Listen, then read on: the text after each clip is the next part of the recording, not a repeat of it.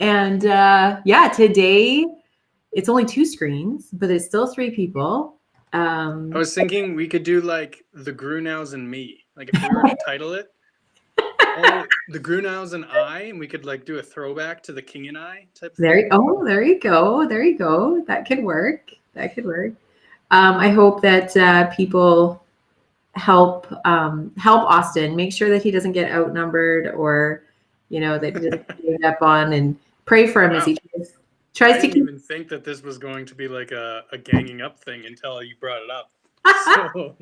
Yeah, that's what I'm here for. Perfect. It's like payback for all the other times. I was thinking more like how we're kind of an unruly bunch, and poor Austin is going to try to deal with 2 Grunows, not just one. And so, yeah, we don't expect some responsibility from me. I was not put in the job description of my job. Oh man. Austin, I haven't actually seen you all week. You've been in school. So how are you? How's it going? I am ready to, I was going to say go home and just relax, but I'm going home and like mowing the lawn and doing all the things I've neglected this whole week. So I'm a little bit fried. Yeah. Sometimes Sunday mornings can be a little bit exhaustive for me because you have to check online stuff and you have to make sure that the sound is working. I didn't have any part in the service today. And so it was actually quite like, I just kind of, there was still a couple things I ran around and did, but I got to just sit there and take in the service and be a part of it, which was really nice. So I'm feeling a little bit refreshed from that, which is nice. Good.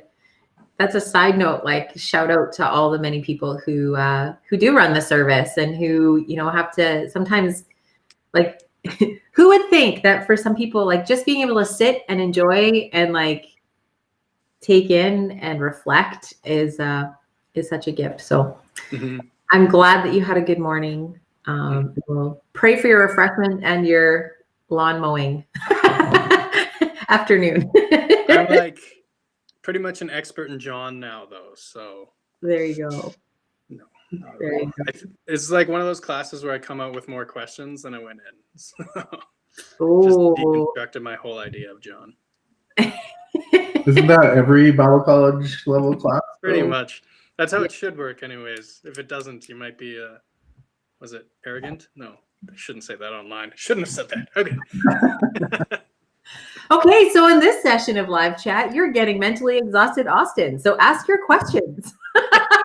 Just truth bombs coming out here. Yeah. While we're at it. Ask me what I think of you. No.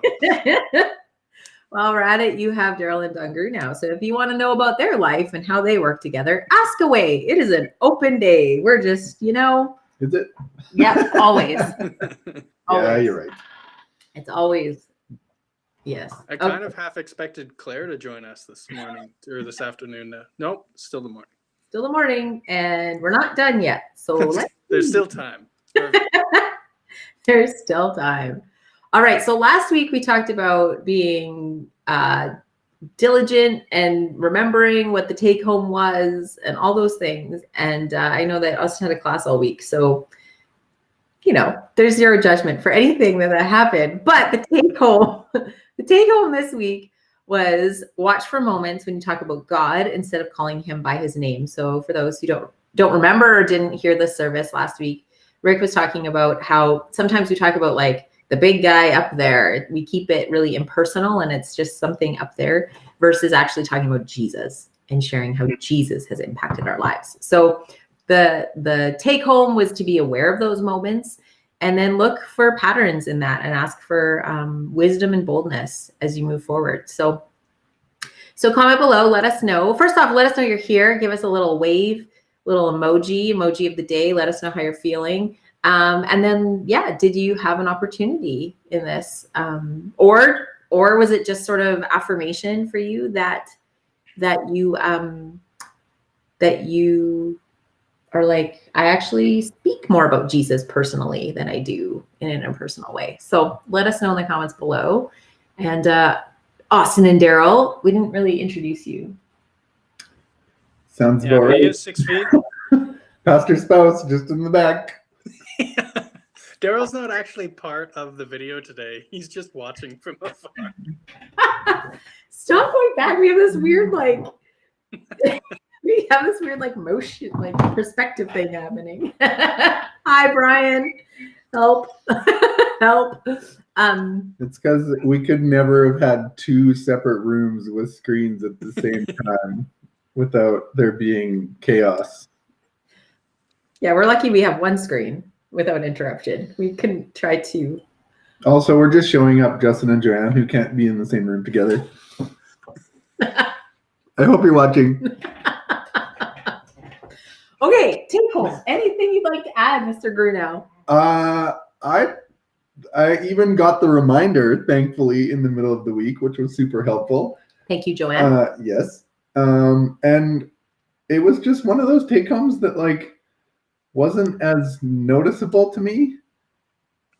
I don't know, I didn't really find that I talk about God or Jesus or really any different. I don't know. I've never really been shied away from that. But this week felt like I just didn't have conversations as much in general other than with my children. So it wasn't as applicable, I guess. I don't know whether that means I just didn't have the same opportunities this week or whether I just was oblivious to the opportunities and didn't talk about God. Could be either or. Let's pray option one. Let's just pray. You know. Reading through John, I kind of I got to see how much he says Jesus' name and God's name and the Holy Spirit.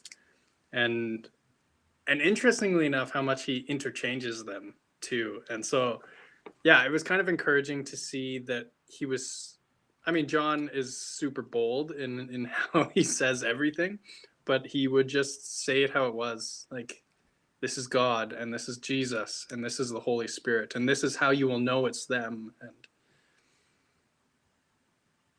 And Joanna's just making sure that everyone knows that she loves Justin. Yes, and I guarantee you that probably us sharing a screen today will reveal some challenges as we go along too. So. Nah.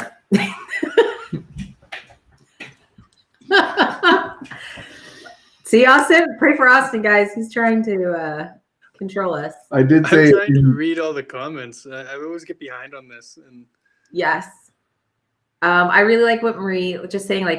This week she kind of got taken aback. Ladies at work who just straight up asked if I was born again and filled with the Holy Spirit and loved Jesus. So ladies in Marie's workplace didn't have problems using the name of God and sharing in a personal way. And so there's that challenge there. Yeah. Yeah, that's called praying for an opportunity and getting the answer in a really easy way. Yeah, right? It's there you go. I'm curious. You don't have to answer this, Marie, but I'm curious if they saw that in your life because they were Christians, or they just have heard about this before and they saw that you emulated those things. Mm-hmm. But that's really cool. That's kind of what we all want to be asked. Mm-hmm. It makes it so you can't shy away from sharing, I guess. Yes. Weirdly for me this week has been a theme of not only talking about God, even in a personal way, but it's been the action required behind it. So it's just been one of those weeks, crazy, and prepping for, semi AGM and then practical need requests that people heard, in the service, but others on top of that too, actually. And so it's been I've been personally challenged to be just don't just talk about me, whether personally or not. You need to show that care and show, the actions need to show the personal relationship just as much as the conversation. So that was just something for me. Yeah. Yeah. Okay. So Marie is answering that. She's saying, I was freaked out. Let's not kid. They're Christians. I said, hope so. But I was surprised by how many people here are Christians for Marie in her new job. And so it's fun to see that answer to prayer. And it'll be, I think, just as exciting to see how God works and moves. And he is already moving too. And so that'll be amazing to hear continued updates on, Marie. Looking forward to that for sure. Mm-hmm.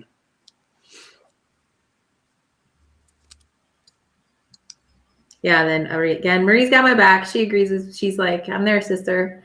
So trying to be more like do good things. You just need Stevens. Yep. We love our Stevens, I tell you. Never really think of Stephen as someone who, like, I don't know. I always thought of Stephen as this super nice guy. And then, like, rereading that kind of stuff was like, no, like, not that he wasn't nice, but he called people on their crap. Like, right? I just imagine, as Rick was reading, I was like, I feel like he just got annoyed with them. Like, I've been talking to you about this for so long, and you're still not doing anything. And then, yeah. Yeah. I always think of him like, there's not very many recorded messages of Stephen other than kind of at the end, where he like really gives it to those religious leaders and is very vocal. And I find he's like those people that we all know who don't really say a whole lot all the time. You know, you've maybe had them in your board meetings or in your like life in some way, but when they do talk, it is very meaningful, and sometimes it's saying the things everyone else is saying, and then when they're not talking, they're too busy getting stuff done. That's who Stephen is to me. And right, because even as Len talks, it's like, well, we're preaching and doing all this stuff. Well, clearly we can't do it all, so we'll create a committee, and then amongst the 7 people, one of them stands out. So to me, that guy is like the most organized do-getter, like, let's get this done. You know, he's like the Sam Jansen. We're gonna do this and fix it. Yeah. And doesn't want to be in the front, and no one wants to know who he is, but he's gonna get it done. Yeah. I agree with you, but I thought you were gonna say at the beginning, I just see him as one of those really quiet people. And then he had a breakdown and just shared everything that he wanted to say the whole time. I was like, I can also see that. Oh man. Okay, so Len, obviously sharing the story of Stephen and talking about reflecting Jesus and challenging us to reflect Jesus, and what does that look like? And so the very first question we're going to discuss is, who is one person you have known that did a good job of reflecting Jesus? Why did you choose this person? And go. I was thinking about this one, and like, it's hard. Every person I'm like, yeah, but this doesn't really reflect Jesus. And so, I mean, obviously you're never going to have someone that fully reflects Jesus. Mm-hmm. And I mean, Rick has been mentoring me for a long time, but I had my Thursday chat with Michael Pawalki this week, and I really enjoy Pawalki. One, because I'm a person that graduated a while ago, and he probably shouldn't remember me, and yet he still came on my chat for no reason whatsoever. But also because I remember like him being the president of the school, and yet he was sweeping up some stuff in the coffee shop because there was a mess. I mean, he saw it, and it was just like, I got to see his servant heart in that, like, as everyone's bustling getting to class, and he's just there sweeping because it needed to be done. And so that reminded me of just reflecting Jesus in that way, not feeling entitled or above, but just wanting to serve in any capacity that he was needed. Mm-hmm. Yeah, that's awesome. And for those who don't know, Dr. Pawalki is the president of Briarcrest Bible College and Seminary. And so yeah, if you missed that live conversation chat, you can actually go back on our Facebook page and check it out there and watch the replay of it. For sure. And yeah. if you want to go to Briarcrest, just put the code in Austin when you sign up, and you will pay the exact same price as if you didn't. So there you go. I love it. I love it. Brian shares Genevieve ends. Such quiet confidence in Jesus' love shines through in how she lives her life. Absolutely agree. Yeah, completely missed. Genevieve would always come up into the kids' wing upstairs just to watch and to see and smile at the moms and encourage families. You know, she would smile at the like toddler meltdown that's happening and just go and be like, you're such good parents. Like you're just, you know, you're showing your kids Jesus love. You're doing such good work. It's important work. You know, love Genevieve. She is fantastic.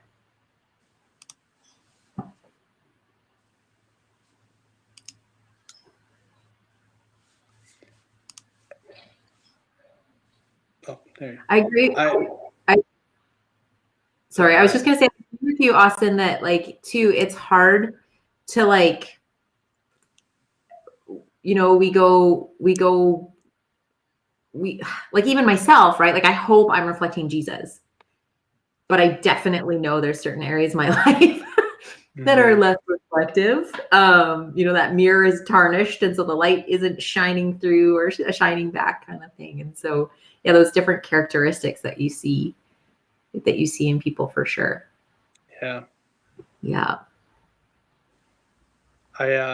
While we're on the ends train, Mary Ends is somebody that I see that gentle spirit, and that like I had her in my Sunday school one time, and she is kind of one of those people that you were talking about, Daryl, just with like, she doesn't always speak up, but when she does, like everyone should be listening right now. Like it's gonna be good, and it's going to be powerful. So.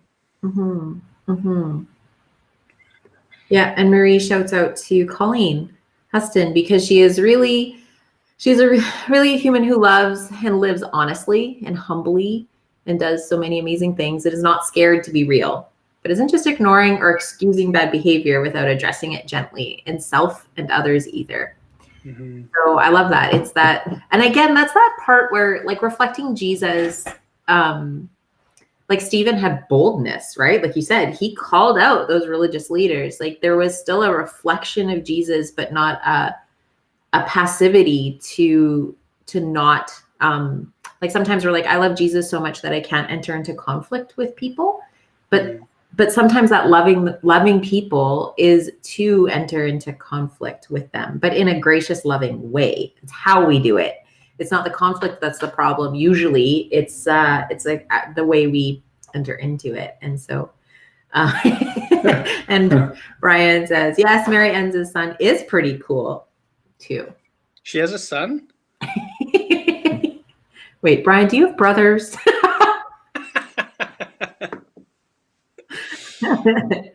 Should we just end the chat there? That's right. We're good. Oh man.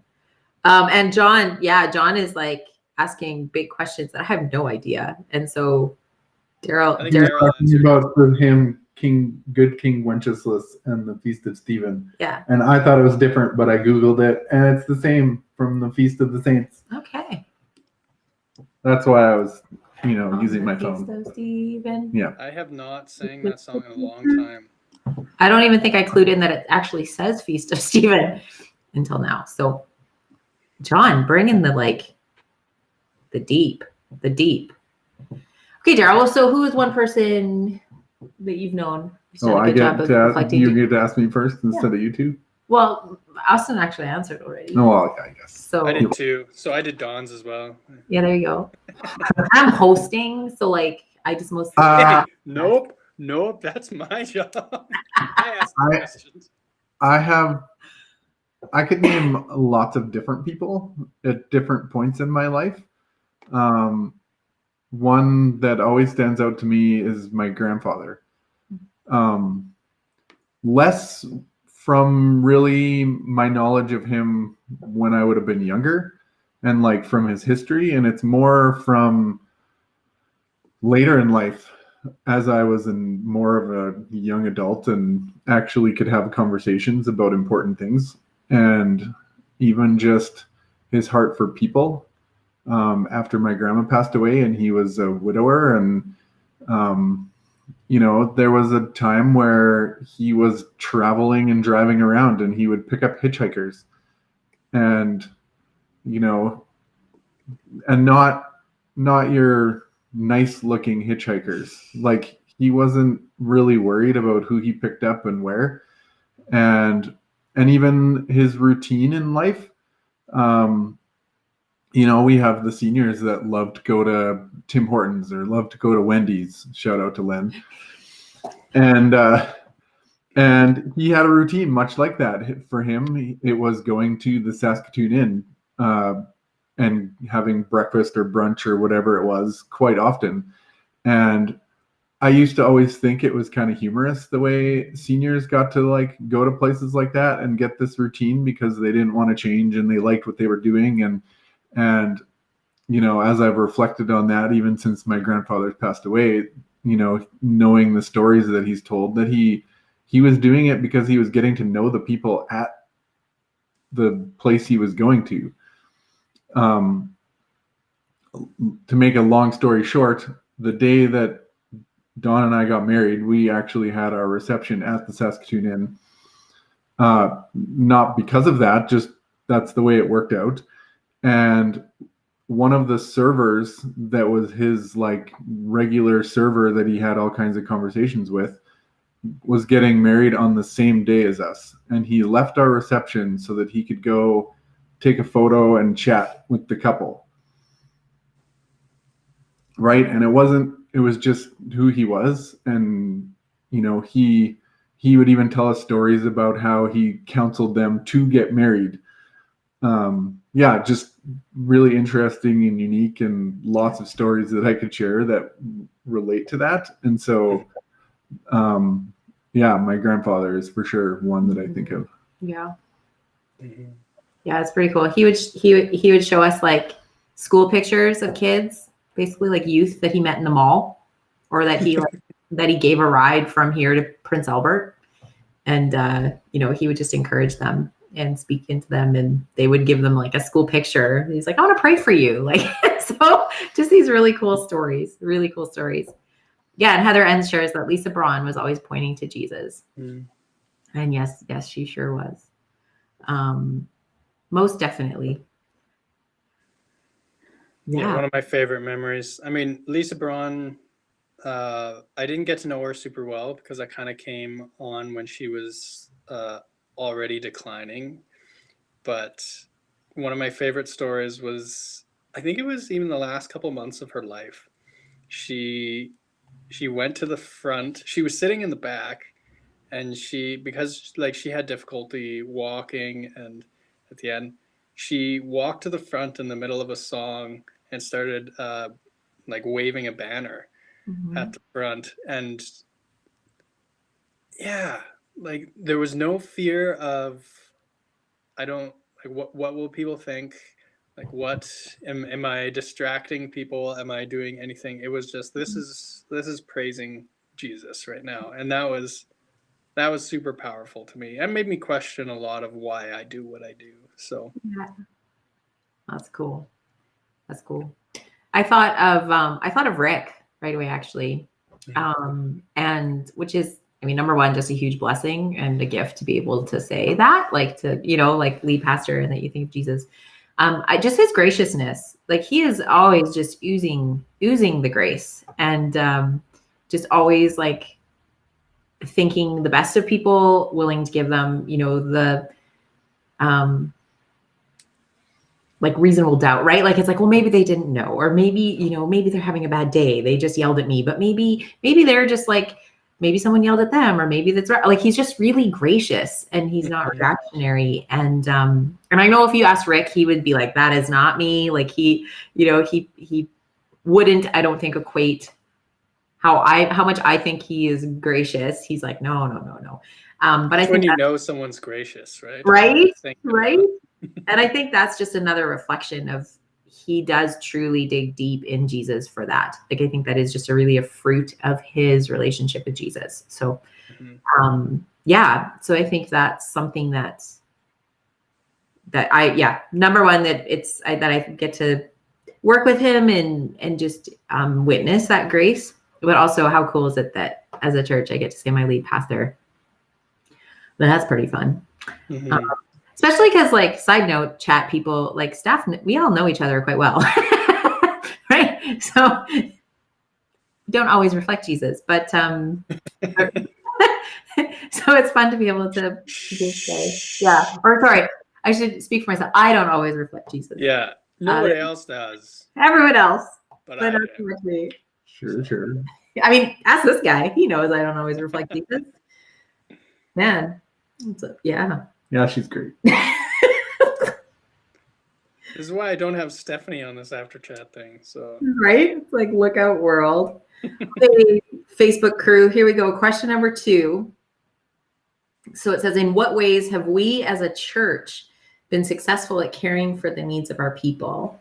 Now, are you talking specifically about our church or the church? Well, see, this is Pastor Len's question. So let's go. We can split this into 2. Let's start with our church, Cornerstone Church. There first, we go. And then we'll move to the bigger, broader church. Yeah. I think Cap has helped with that, and like check boxes. I guess I don't know who's all watching. Check boxes. We put together boxes of food, and they get passed out. It's monthly, right? Yeah.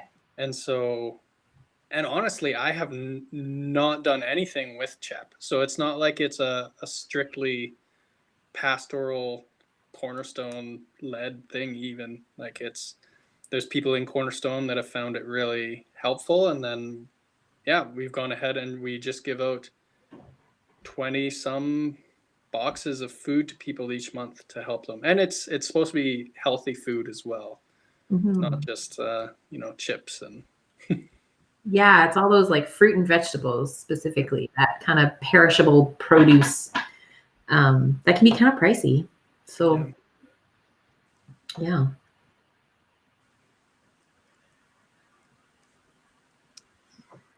What do you guys think? How does Cornerstone help the needs of our people? I think our spiritual care committee does a great job of looking after people. And in the long time that we've been attending Cornerstone, I think that's always been a strong part of our church. At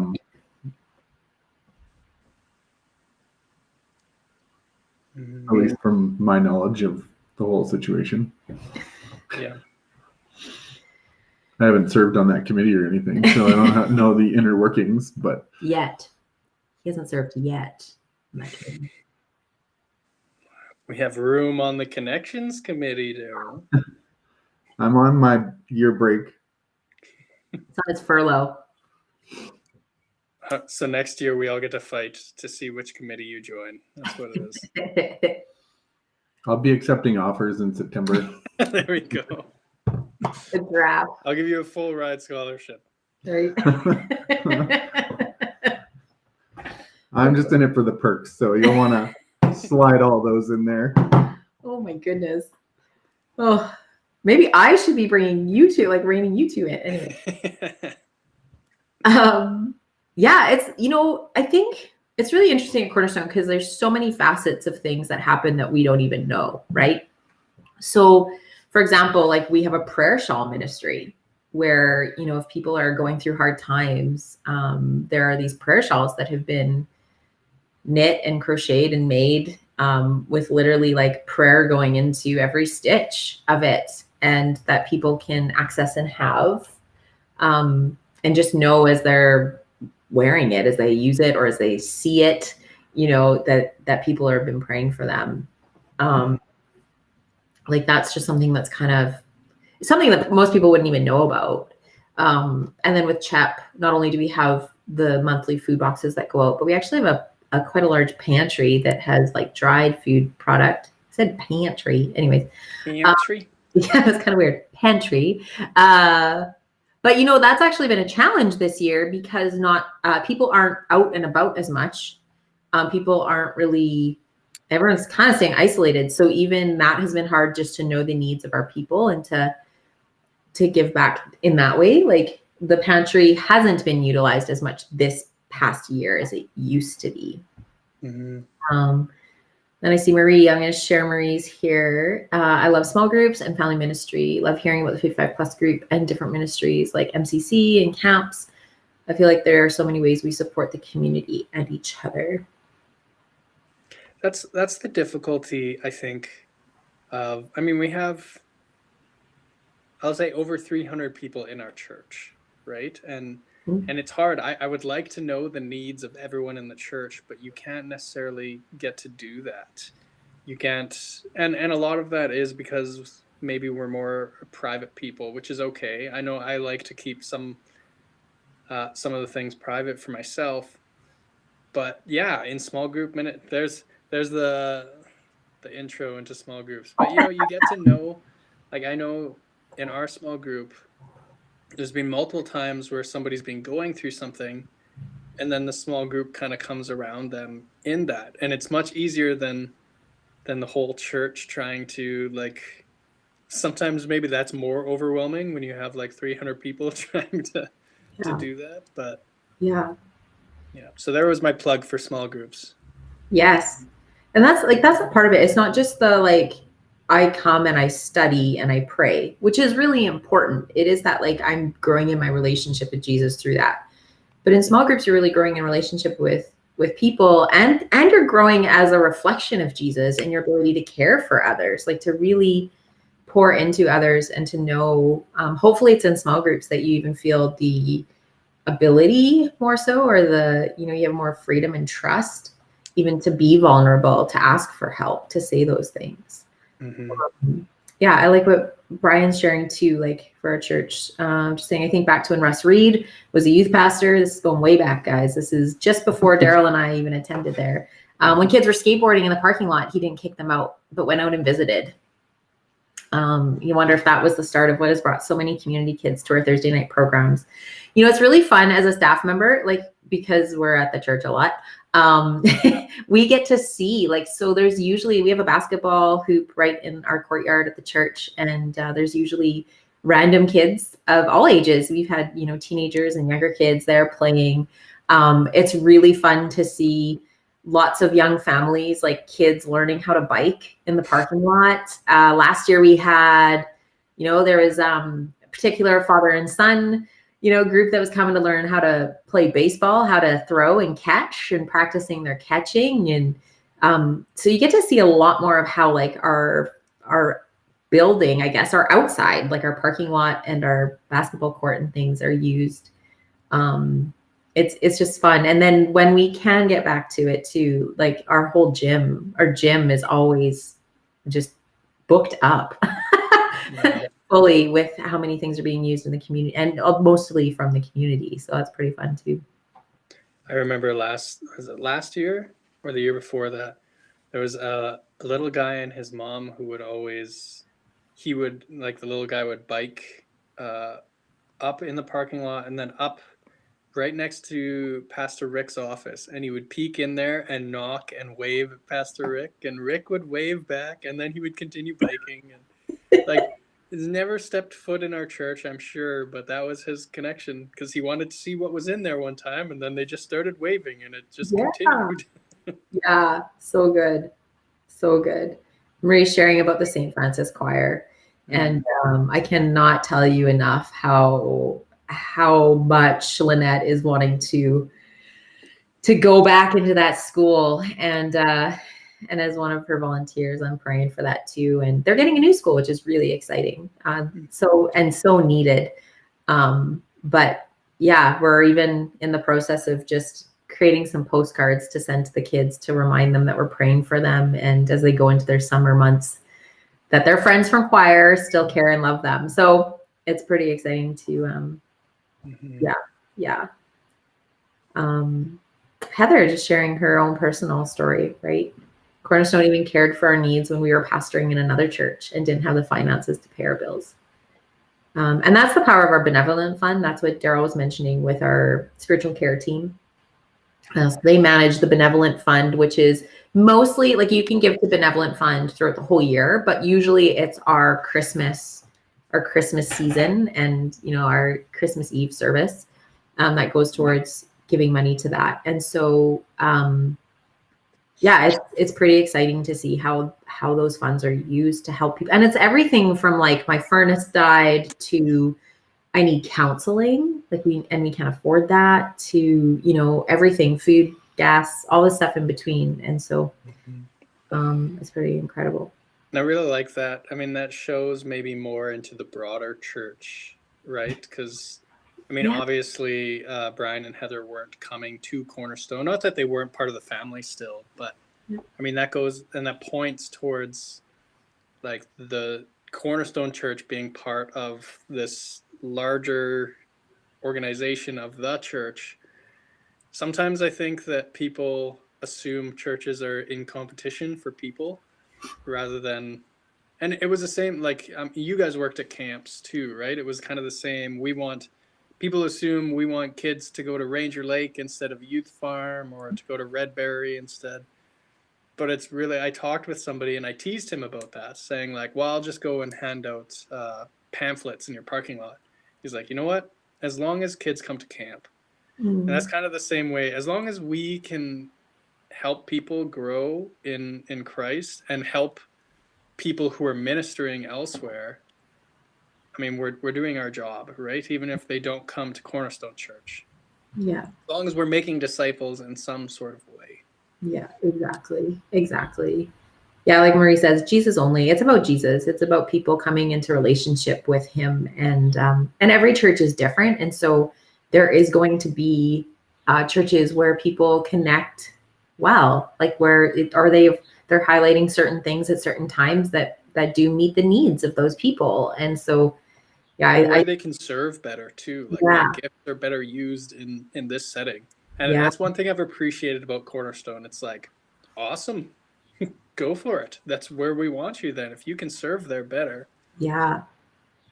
Yeah, it's interesting as leadership when we have that conversation of like, we're really sad when people leave because we miss them because they're family, right? Like we miss people.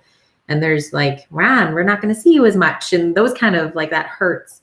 But then our goal is to send people out as healthy disciples who are ready to serve into another, you know, they're going to fully commit and invest into another church body and serve in there. And then we selfishly open our arms and hold on to them tightly when they come back, like Brian and Heather. Yes, if we can, you bet. Like we don't want to let anybody go. For sure. That's for sure. So bigger church. So like, what are ways? So have we as the capital C church maybe been successful at caring for the needs of our people? I know I said let's do Cornerstone first, and then I said check boxes and and cap. But those are both, I guess. But a lot of those people aren't part of our church as well, right? And so it's kind of cool. Like, hey, who helped you this month? It's like, I don't know, this random church called Cornerstone. So I've always appreciated that. Oh, sorry, I gotta readjust here. There we go. See, I used to be able to I could just adjust no problem, but now I feel like I'm cutting Daryl off when I do that. So it's like, it's all right. We're gonna like headbutt at some point. I'm used to it. I just love that you guys are like side by side, and then right in between you, there's another picture of you guys side by side on the same sides. Oh, you're covering. We should like match it up. There we go. You guys could wear the same shirts next time. Right? I do have that shirt still. I think historically the church has done a lot of great things. I mean, tons of the like nonprofit organizations that many wouldn't even attribute to the church came from the church. Like the Red Cross. Red Cross, yeah. Like there's organizations that have their roots in coming out of the church that maybe aren't as church religious based anymore. But that's okay.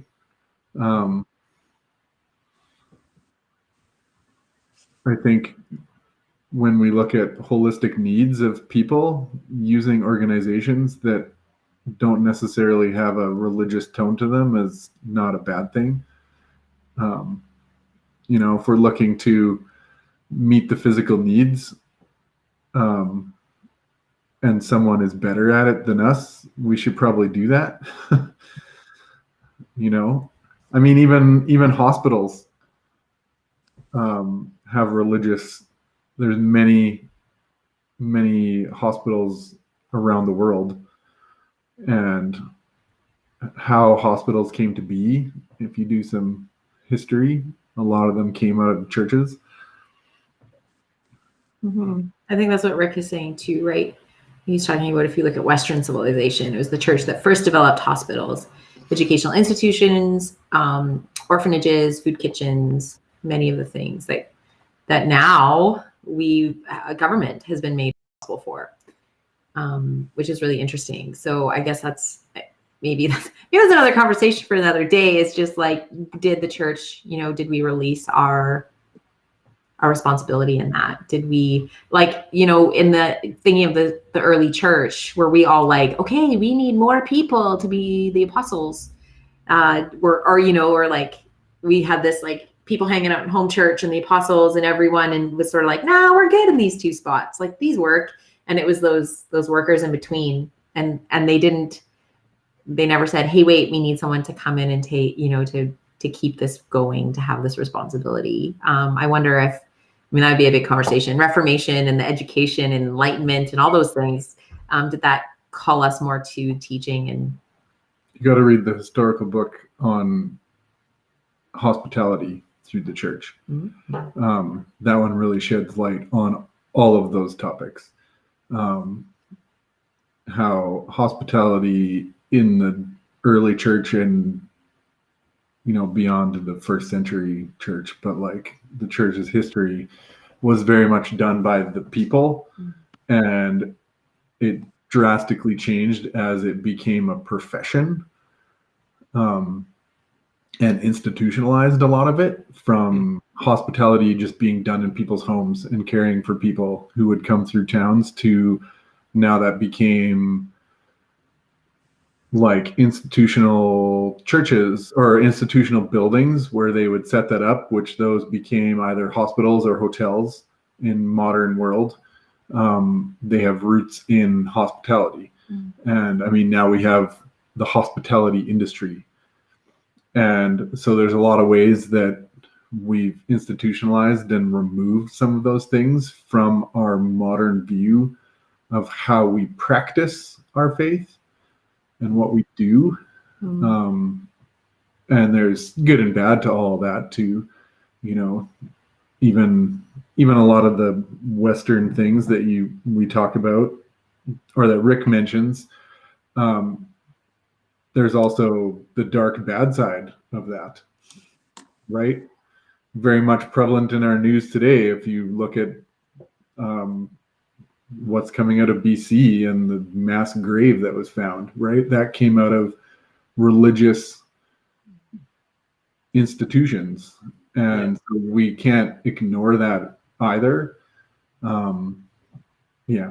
Mm-hmm. I think that's what Marie, talking about the church, capital C, reminds people they are loved and created for a purpose. But then social justice movements, even like social services, started from the Christian temperance movement.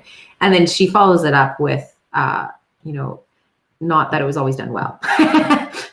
It was like, it started here, it morphed into something different, and beyond its purposes. Those 215, children discovered in that mass grave is a reflection of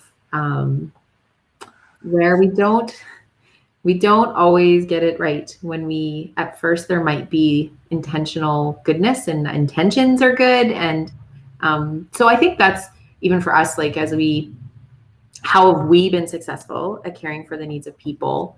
I think part of it is you have to go out and meet the people and get to know the people a bit and know what their needs are. And so,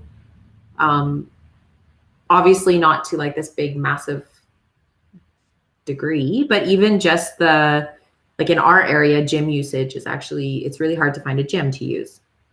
And especially this past year, because schools have closed their gyms to any outside rentals, right? So that's been really difficult for people. And so it was really great to be able to open up our gym for organizations. Before we were shut down, before physical activity, the group activities were shut down, we were able to have, we could have volleyball and floor hockey and pickleball, and YFC Youth for Christ was using our facility for their hockey league, which was amazing. And so, you have to know the needs of the people. So just because we could go forever on this, but we can't, I mean, we could, I guess. Michael's always more timey, like on, I noticed that. I was like, oh no, when Michael's gone, someone's not watching their clock. Like I don't watch my clock ever. But anyways, number 3 is, so on talking about those needs, are we better at meeting physical, emotional, intellectual, social, or spiritual needs? And which of these areas of need do you think is the most important and why? So in true questions to ponder format, we fit 3 questions to 1 question. And so, so what does that look like? Like, are we, and I think that's an individual question. I think that's really important to, so one of those questions is, it's really important to look at, like, personally, do I focus more on people's physical, emotional, intellectual, social, or spiritual needs? Because I think like with gifting and our personalities, I think we do slant, right? Everybody slants to, or at least focuses on some more than others. And then you could bring it into the church body a little bit too. Like as a body, so thoughts? I think it's really easy to do the physical. I mean, that's why nobody really has problem. I mean, not nobody. There's less people that have problems with going to a doctor than going to a counselor or a therapist, right? And so you can see physical needs, and we know that. I guess I don't feel judged if I go and break my arm and need to go to the hospital. Everyone sees those things, and then they kind of expect me to go to the hospital. I'm almost crazy not to. But then when we go to the emotional, or let's just say emotional, there's some people that don't necessarily understand the emotional needs. So if I go to a therapist, it's kind of like, well, like, what's wrong, right? And because you don't actually see those things. So I think what I've noticed in life, we're very good at meeting the physical needs. Maybe not as good as we need to be, but we're better at doing that than the rest. Even spiritual needs can kind of get left in the dust because we don't see them up front with our eyes as easily, or we don't attribute things to that. Yeah. But I do think that these all tie in together very well. And I think that if one of them is lacking, then it's kind of like rock climbing. You know how you clip to each other when you're like walking on a path? Then if one person falls, the idea is that the others will hold them up. But it also brings those ones down, and they're not going to be able to go any further because they're being pulled down from that one. Yeah. I think like Brian is agreeing with you in saying those physical needs, right? Easy to throw supplies at, and those other needs are a lot more difficult and take a lot more time and investment. And maybe time is the difficult thing, because I agree. We can throw things at physical needs, right? Throw things and walk away. Mm-hmm. Yeah, we like to pat ourselves on the back and think that we're doing the whole of helping somebody when we throw money or supplies or the easy tangible things. But even in that, I think that we sometimes falter with, we place who gets those based on all of the needs.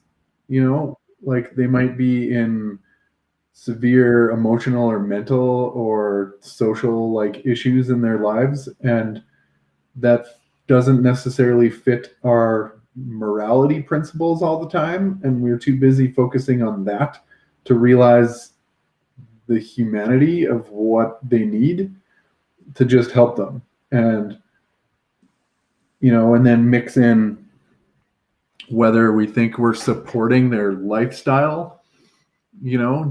Jesus didn't really consider someone's lifestyle. He just loved them.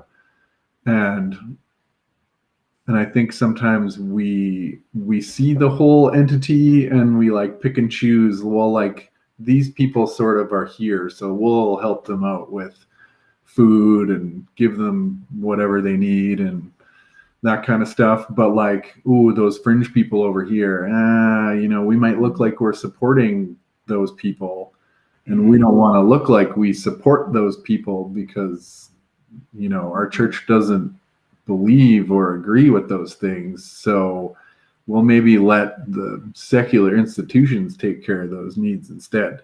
Mm-hmm. Yeah. And, and going back to what Brian said, it's a lot more difficult. That investment, that what's going on in someone's life is much more challenging to step into. And that's what I love actually about having CAP connected to our church, because it brings people in that are different and that are rough around the edges, and we just love on them. And I think sometimes we need to love people first, and I think that'll help cover a lot of these needs if we start with love first. Mm-hmm.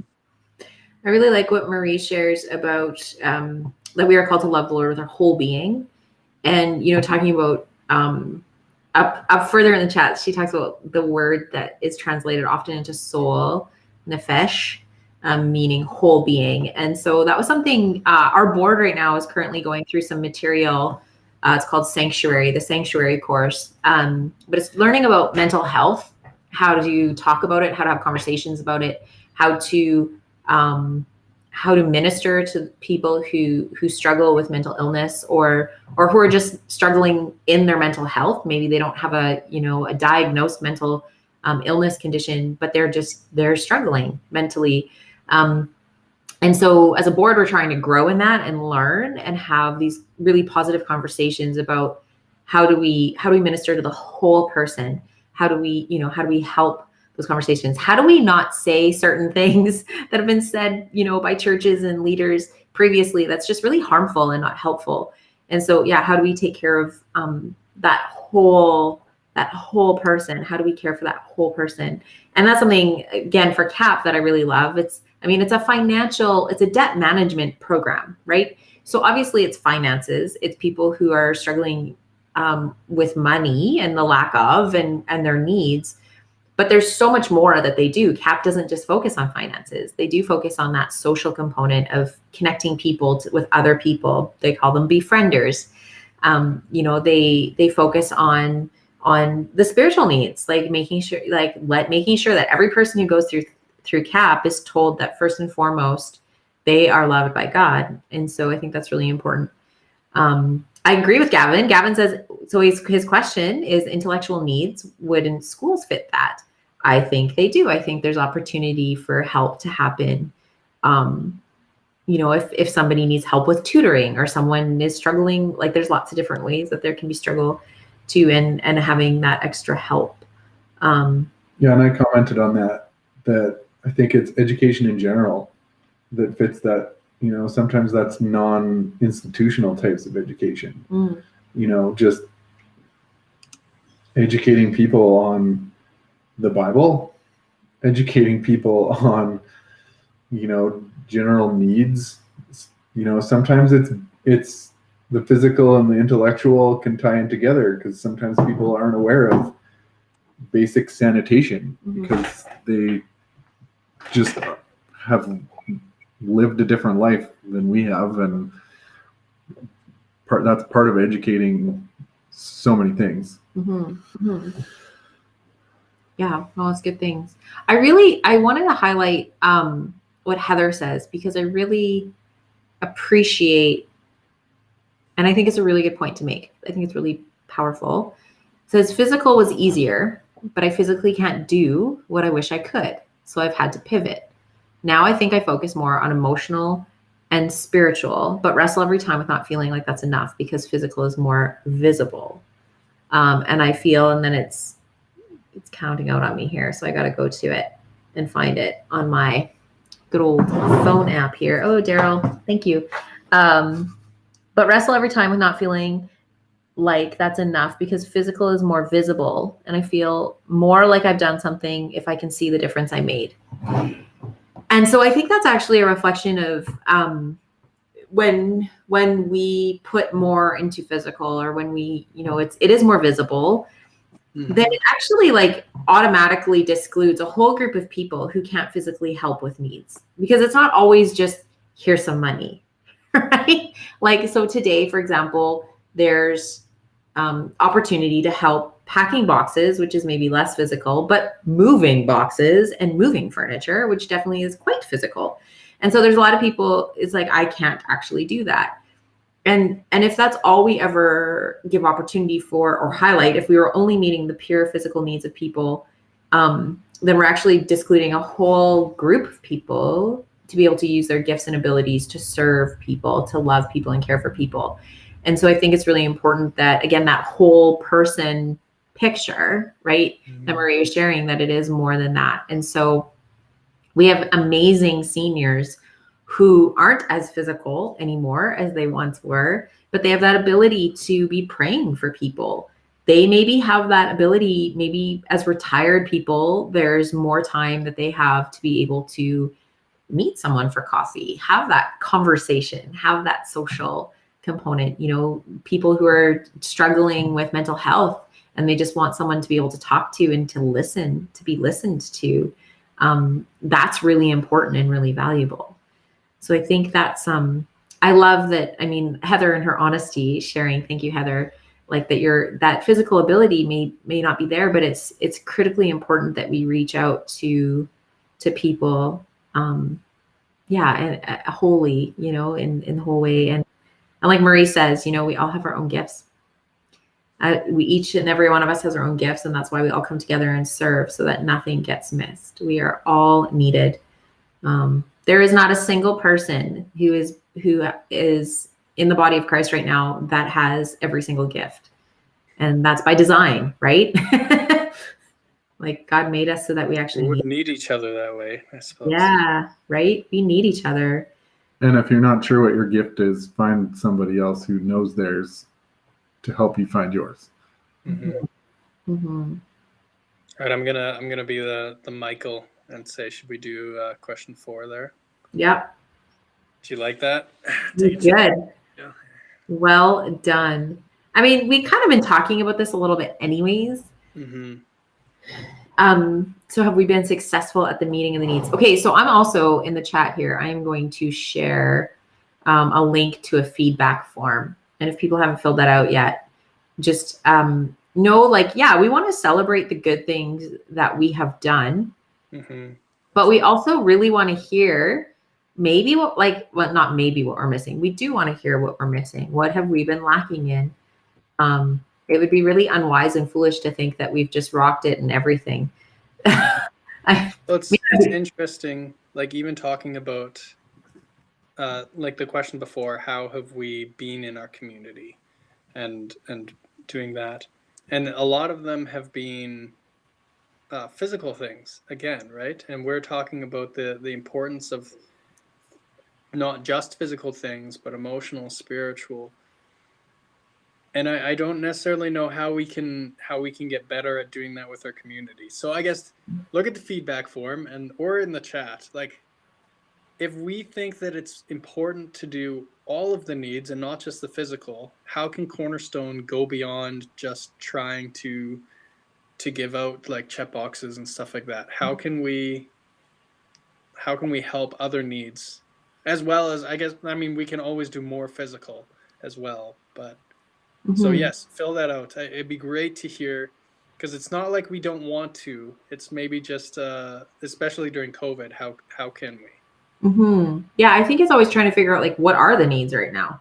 Yeah. You know, like if we were to say, hey, we recognize, you know, for example, if we're like, we're going to do a baby clothing drive and we're going to run this in our church, and then all of a sudden we recognize our whole community is seniors, maybe we're missing the boat there. You know, now that's not our situation. We kind of try to have at least an idea of demographically what's going on in our community, but that wouldn't be necessarily super helpful, right? Instead, it might be more helpful for us to take those clothes, that baby clothes, to the bridge, where it's easily more accessible to families who need those supplies, right? So instead of, if we're saying, hey, we want to reach a demographic that they don't have transportation, they're not coming to our area in the North End. So what if we donated those supplies to the bridge, where families who need it, who don't have transportation, can have better access to it? You know, that kind of, it's a really quick example, but yeah, and I think it's really important. Like I like what Brian says, like there's always room for improvement. So it's like we have our strengths, we have our weaknesses. Like it's that balance of like, we want to grow in what we're lacking. We want to, you know, be strong in our strengths. We do have strengths as a church too. Yeah, I just love that. Like, it's like that. How can we best serve? And Gavin, you were just, I didn't even think of that. Man, like, just realize this chat is part of what meets my intellectual needs, and I'm glad it meets your intellectual needs, Gavin. And it's always great when you join us, and we really do love that. Thinking about meeting needs in the community successfully, I was thinking about our Halloween, like, I mean, whatever we do. This last year we did.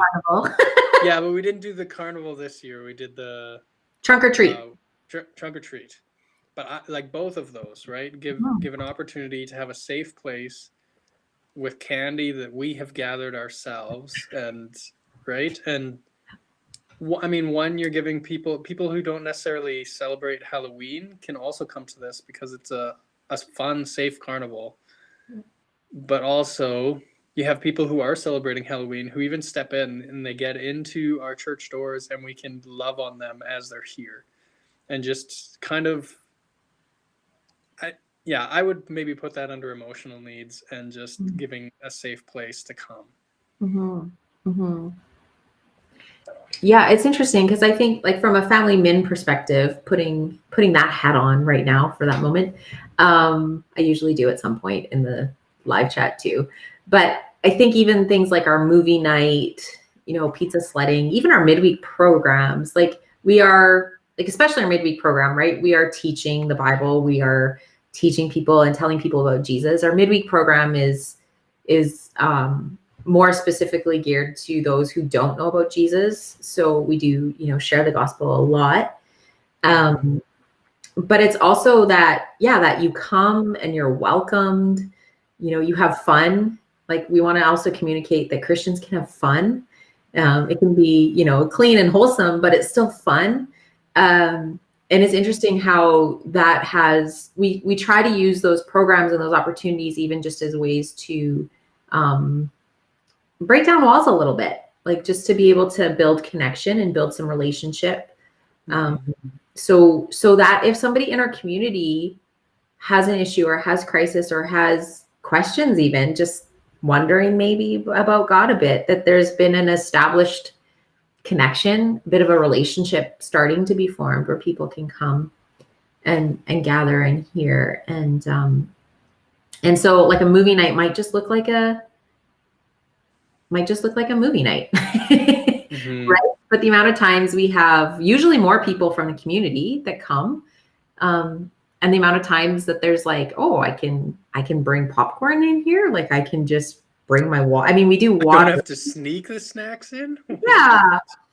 We just do water for staining purposes, but like, yeah, it's like, bring your popcorn, bring your, you know, come on in, a coffee for adults or whatever.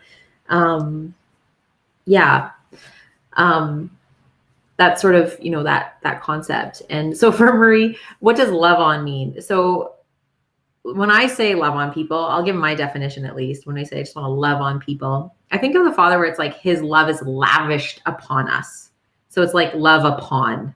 Does that make sense? So it's like, it's using love.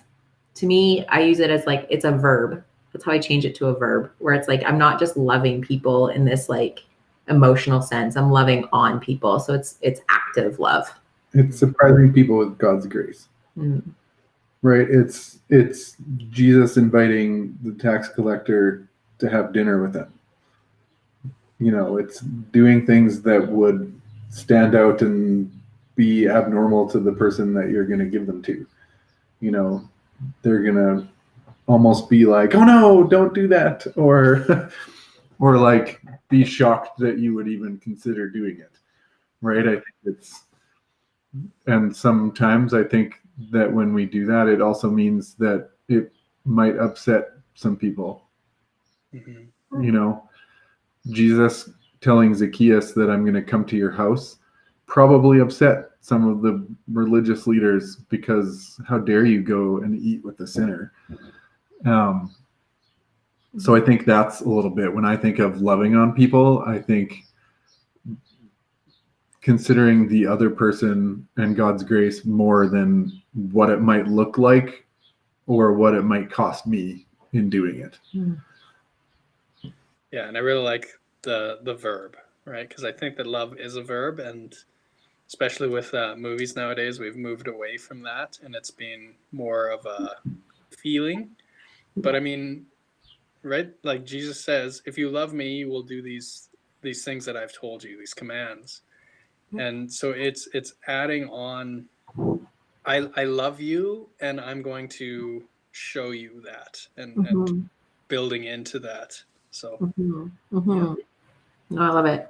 So I think just for, as we start to wrap the chat up, as it is afternoon, which is what Michael would say. And I know Michael's not watching us right now because he was out and about today with family, but he'll catch it later, and then he'll be like, guys, come on. Anyways, it's all good. But I think maybe like step one would be looking at how do we, so like personally, so it's like, have we been successful? It is that evaluation piece. It is that looking into it, seeing how can you serve those in your community, and how as a church can we serve those in a community? Like, how can we do those things? And just asking, I don't know, that feedback form would be really helpful if you haven't filled it out yet. Just letting us know like how that, so if I could say that's maybe an action step 2, a take home, fill that form, but also just prayerfully consider as a church, how can we better meet the needs of our people in our community, but individually too, how can we? I think it's like really important, really, really important. Yeah. Also, come tomorrow night so that we can talk about how we can meet these needs and how we have been and how we want to. I mean, that's may sound boring to come to a meeting, but it really is where we start moving with our church, and to know where the money is going, because I think that's an important part of just being responsible in the church, and calling us to account of why we spend money the way we do. So that's the reason I don't buy all this fun stuff for me, is because I know that you guys will keep me account. Yeah, we want to be good stewards for sure. We want to, hold on and seek the direction of the Lord. And honestly, that's a lot through hearing the voice of people, and hearing, how is the Spirit guiding individuals in our church, and how do we collectively have unity on that? And that excitement of, just even the fact that we have money that we can give away right now, and celebrating that. And that's really exciting, and feeling called to do that too. So I love, Marie, thank you so much again for sharing, just that list for you. Like, can't be alone right now. Can you come over and sit with me?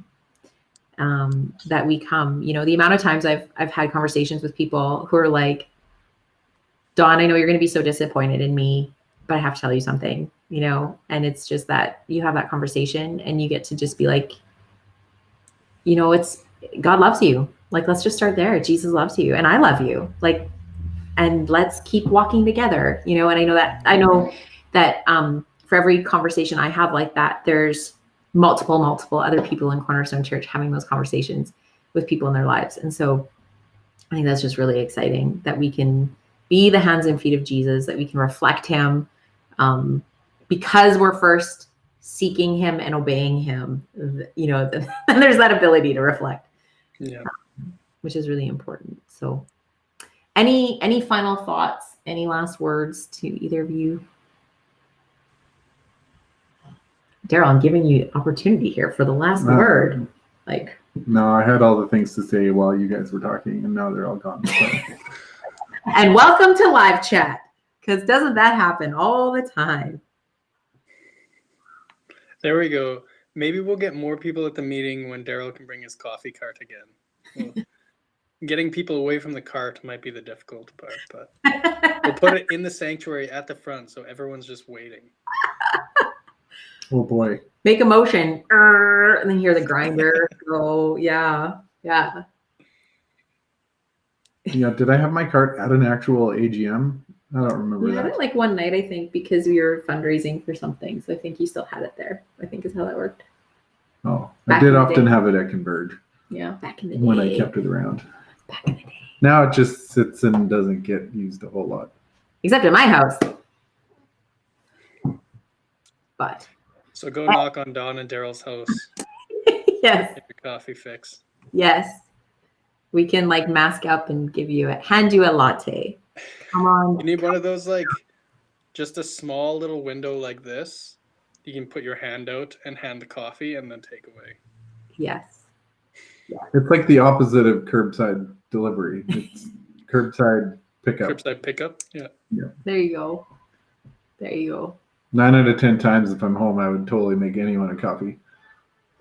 Fair.